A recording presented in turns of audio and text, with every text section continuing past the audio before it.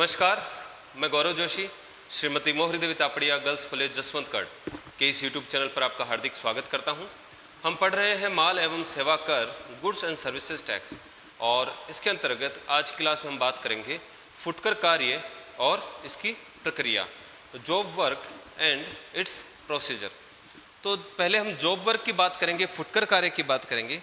तो फुटकर कार्य किसी व्यक्ति द्वारा अन्य किसी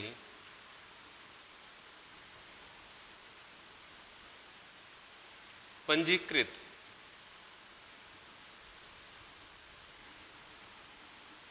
व्यक्ति के माल पर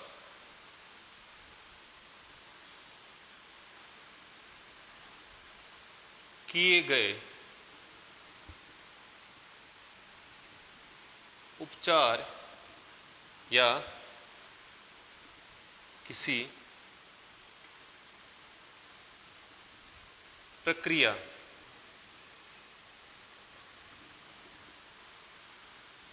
से है। फुटकर कार्य का मतलब है कि किसी व्यक्ति द्वारा अन्य किसी पंजीकृत व्यक्ति के माल पर, जो उसका गुड्स है, उस पर किए गए उपचार, यानी कि कोई किसी प्रकार का कोई ट्रीटमेंट किया जाता है उस माल पर, या उस पर कोई प्रक्रिया, कोई प्रोसेसिंग की जाती है, वह फुटकर कार्य कहलाता है।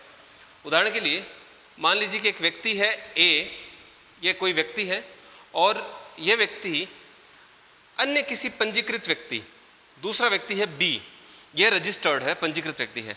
तो किसी व्यक्ति द्वारा अन्य किसी पंजीकृत व्यक्ति, बी एक पंजीकृत व्यक्ति है और ए एक व्यक्ति है, ए अगर बी के माल पर किसी प्रकार की कोई प्रोसेसिंग करके बी को माल वापस देता है तो ऐसा कार्य फुटकर कार्य कहलाता है।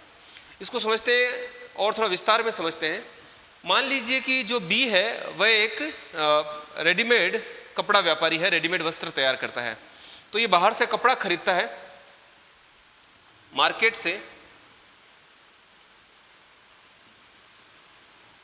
से ये कपड़ा खरीदता है और उस कपड़े से फिर ये वस्त्र बनाकर तैयार करके मार्केट में वापस बेचता है।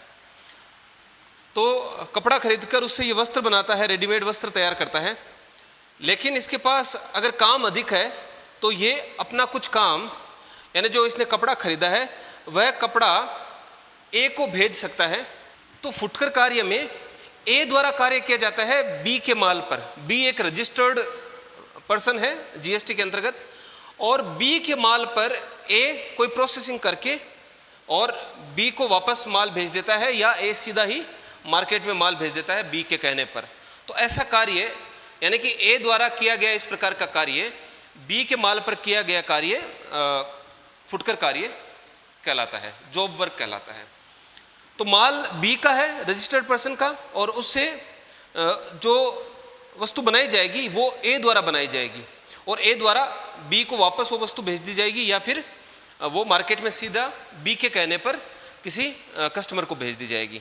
तो ए द्वारा किया गया जो कार्य है बी के माल पर, वह फुटकर कार्य, जॉब वर्क कहलाता है।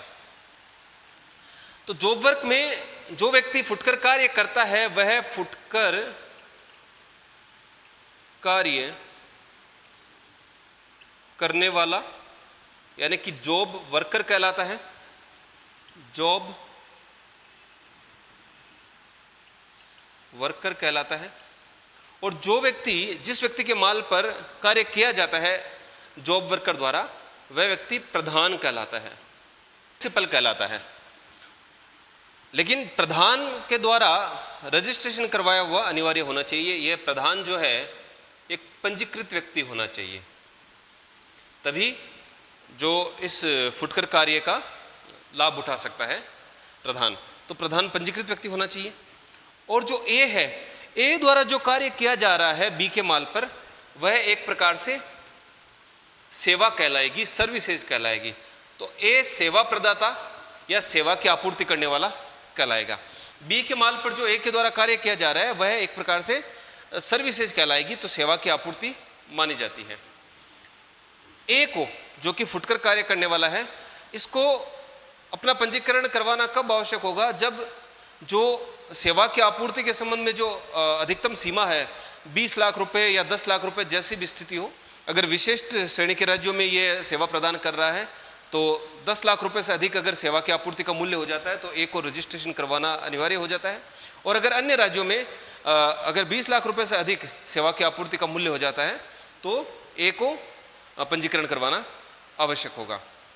लेकिन जो ए है वो अपंजीकृत व्यक्ति भी हो सकता है, लेकिन प्रधान द्वारा पंजीकरण करवाना अनिवार्य है। प्रधान एक पंजीकृत व्यक्ति होना चाहिए, तभी इस फुटकर कार्य वाली व्यवस्था का फायदा उठाया जा सकता है प्रधान द्वारा। और जो फुटकर कार्य में जॉब वर्क के अंदर जो माल दिया हुआ है वह केवल इनपुट ही नहीं बल्कि पूंजीगत माल भी हो सकता है। बी द्वारा इसको मशीनें या इस प्रकार का कोई जो कैपिटल गुड्स हैं वह भी इसको भेजा जा सकता है और उस पर फुटकर कार्य किया जा सकता है। फुटकर कार्य करने वाले को किसी प्रकार की कोई कर मुक्ति नहीं दी गई है। फुटकर कार्य करने वाले को 18% की दर से कर का भुगतान करना होगा। अब हम इसकी प्रक्रिया की बात करें तो यहां देखते हैं कि बी जो कि प्रधान है, प्रिंसिपल है, एक रजिस्टर्ड पर्सन है, और ए जो है वो फुटकर कार्य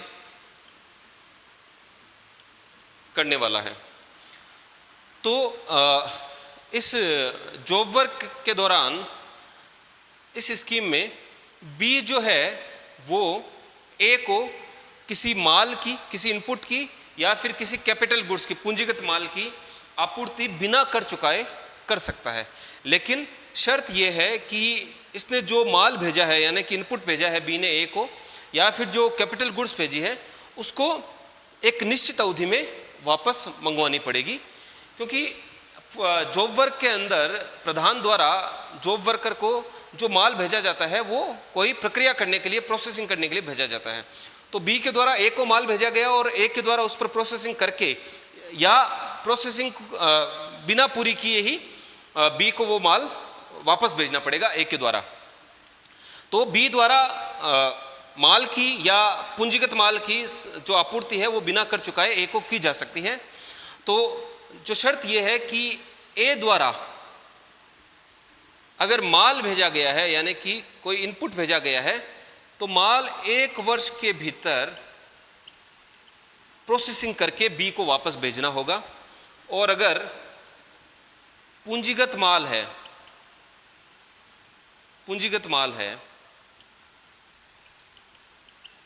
तो पूंजीगत माल 3 वर्ष के भीतर प्रोसेसिंग करके बी को वापस भेजना होगा।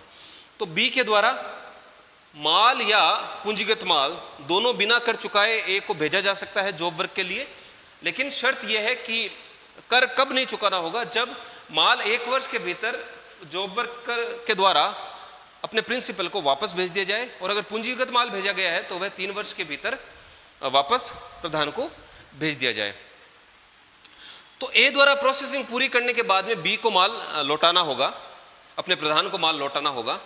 या ऐसा भी हो सकता है कि बी चाहे तो इस माल की आपूर्ति अपने ग्राहकों को, अपने कस्टमर्स को सीधी ए के व्यावसायिक स्थान से भी करवा सकता है। बिना माल अपने व्यावसायिक स्थान पर वापस मंगवाए सीधा वो कस्टमर्स को माल भिजवा सकता है। लेकिन शर्त वही है कि अगर माल प्रक्रिया के लिए भेजा था तो माल को 1 वर्ष के भीतर प्रक्रिया करवाने के बाद में ग्राहकों को सीधी आपूर्ति की जा सकती है। और अगर पूंजीगत माल है तो उसको 3 वर्ष के भीतर ग्राहकों को भिजवाया जा सकता है। जो माल या पूंजीगत माल जॉब वर्कर को भेजा गया है वह माल 1 वर्ष के भीतर या पूंजीगत माल को 3 वर्ष के भीतर वापस प्राप्त नहीं किया जाता प्रधान के द्वारा, या अपने ग्राहकों को नहीं भिजवाया जाता, तो फिर जो है ऐसी आपूर्ति मानी गई आपूर्ति मानी जाती है। और वह आपूर्ति जिस दिन प्रधान ने फुटकर कार्य करने वाले को वह माल बिना कर चुकाए भेजा था उस दिन की आपूर्ति मान ली जाती है, और इस पर फिर प्रधान को कर चुकाना होता है। तो आज की क्लास में इतना ही। आज की क्लास में हमने फुटकर कार्य के संबंध में जाना और फुटकर कार्य की प्रक्रिया के बारे में जाना। अगली क्लास में हम इससे संबंधित कुछ प्रैक्टिकल एग्जाम्पल्स करके देखेंगे। तो मैं आशा करता हूं कि आज की क्लास में हमने जो पढ़ा आपको समझ में आया होगा। इस वीडियो को लाइक कीजिए, शेयर कीजिए, हमारे YouTube चैनल को सब्सक्राइब कीजिए। धन्यवाद।